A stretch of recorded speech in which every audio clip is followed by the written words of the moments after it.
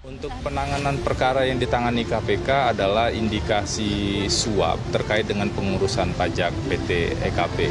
Tentu saja saksi-saksi yang dipanggil dan juga bukti-bukti yang dihadirkan di persidangan itu adalah bukti atau saksi yang punya relevansinya. Dan sampai saat ini nama tersebut belum kita panggil baik dalam penyidikan terhadap RRN pada saat itu ataupun penyidikan terhadap HS.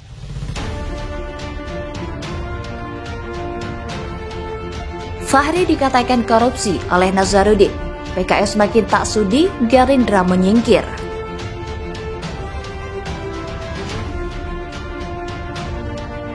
Itu kan jangankan laporan-laporan yang terbuka kayak begitu, yang tertutup juga banyak. 7.000 surat per tahun. Itu didalami oleh KPK, didalami oleh penyidik. Untuk kemudian kalau itu memang buah bukti yang cukup, masuk ke proses penyelidikan, baru masuk. Jadi ada prosesnya ya.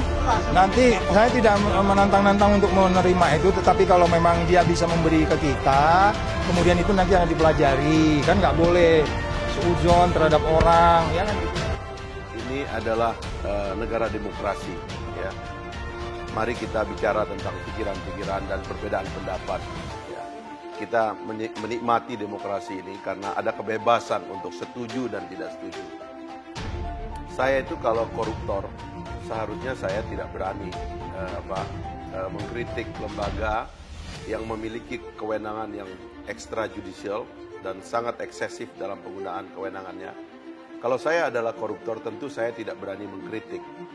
Tapi karena saya tahu bahwa ada jalan bagi bangsa ini secara lebih baik untuk memberantas korupsi dan untuk mempreserve demokrasi kita agar tetap menjadi masa depan Indonesia karena kita ingin hidup dengan demokrasi seterusnya begitu, maka saya mengkritik cara-cara penegakan hukum yang dilakukan oleh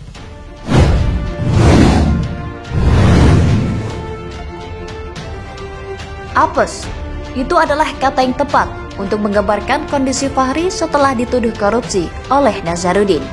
Silakan Fahri menyalak merasa dirinya jadi korban konspirasi Nazarudin dan KPK. Publik akan lebih percaya kepada Nazarudin maupun KPK. Orang sudah muak mendengar ocehan Fahri.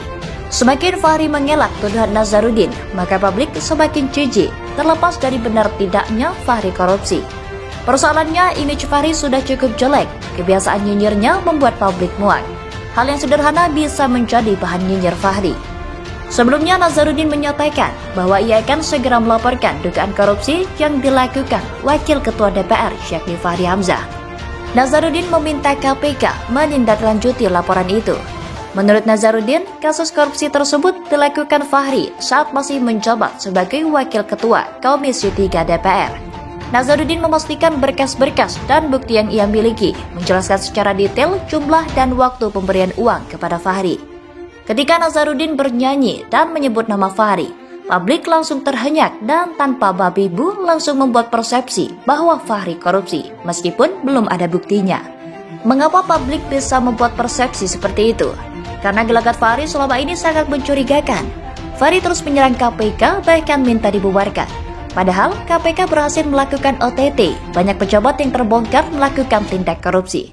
Seandainya sebelumnya Fahri tidak menyerang KPK dan meminta dibubarkan, publik tidak akan begitu terhenyak ketika Nazarudin menyebut Fahri korupsi. Publik akan menunggu perkembangannya, publik tidak akan langsung membuat persepsi bahwa Fahri korupsi. Minimal Fahri tidak akan semalu ini. Nah, janjian Nazarudin ini ibarat pukulan telak bagi Fahri menjelang Pilpres 2019. Ia semakin terancam tidak bisa kembali menjadi anggota DPR. Nyanyian Nazarudin jatuhkan elektabilitasnya, itu pun kalau Fahri masih punya elektabilitas. Yang pasti kabar ini membuat Fahri bisa dijauhi banyak partai. Fahri ibarat virus yang tidak boleh didekati. PKS yang sebelumnya telah memecat Fahri makin tidak sudi didekati Fahri. Mereka telah melakukan langkah yang tepat memecat Fahri. Keberadaan Fahri hanya menjadi benalu, keberadaan Fahri hanya membuat nama partai tercemar. Meskipun Fadlizon adalah sahabat setia Fahri, hal ini tidak menjamin Gerindra mau mendekati Fahri. Sangat riskan ketika menggandeng kader yang namanya sudah sangat buruk. Jika nekat menggandeng Fahri, bisa-bisa Gerindra babak belur di Pilpres. Prabowo tentu tidak ingin ini terjadi. Fadlizon tak akan nekat mengajak Fahri gabung Gerindra. Apes, Saya membayangkan pada Pilpres 2024, Fahri akan luntang-lantung mencari partai yang mau merekrut dirinya menjadi calon. Saya yakin ambisi politiknya masih menggebu-gebu. Saya yakin Fahri belum rela melepaskan kursi DPR begitu saja. Ia tidak mau kehilangan manisnya duduk di kursi DPR. Ketika Fahri sudah sampai pada titik putus asa, di mana tidak ada satupun partai yang mau mendekatinya, mungkin saat itu ia akan melakukan manuver hebat dan berubah menjadi seekor cebong. Tidak mustahil jika pada akhirnya Fahri menerima tawaran Golkar untuk bergabung. Itu pun dengan catatan Golkar tidak berubah pikiran setelah Nazarudin menyebut Fahri korupsi. Jika Golkar ternyata berubah pikiran, maka nama Fahri akan tenggelam. Nyinyirannya sudah tidak laku lagi, media mungkin tidak akan ada yang tertarik lagi memberitakannya. Jika Nazarudin bisa membuktikan Fahri korupsi, maka secepatnya akan mengenakan rompi orange dan mendekam di penjara. Saya rasa ini ending yang sangat buruk bagi karir Fahri.